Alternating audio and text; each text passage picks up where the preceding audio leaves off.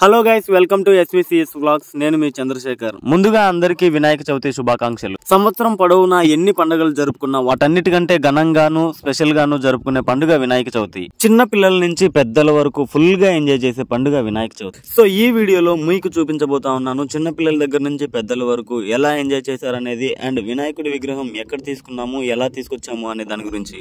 ముందైతే మా ఊరు యూత్ మొత్తం కలిసి మా ఊరు దగ్గరలో ఉన్న టౌన్ కి వెళ్లి విగ్రహాలు అయితే చూసాము. ఆల్మోస్ట్ అన్ని బుక్ అయిపోయాయి. అందుకని చెప్పి మేము మా ఊరు దగ్గర నుంచి 30 కిలోమీటర్ల దూరంలో ఉన్న మైదుకూరుకి వెళ్ళి అక్కడ ఈ విగ్రహాన్ని అయితే బుక్ చేశాము. సో ఫైనల్ గా వినాయక చవితి పండుగ రోజు అయితే వచ్చేసింది. ఈ రోజు వినాయక చవితి మొదటి రోజు. ఎర్లీ మార్నింగ్ 3 o'clock లేచి మేమైతే మైదుకూరుకి వచ్చి విగ్రహాన్ని అయితే తీసుకెళ్తా ఉన్నాము. చిన్న పిల్లలు కూడా నిద్రపోకుండా మేల్కొని అయితే ఉదయాన్నే లేచి మాతో పాటు మైదుకూరు దాకా వచ్చారు.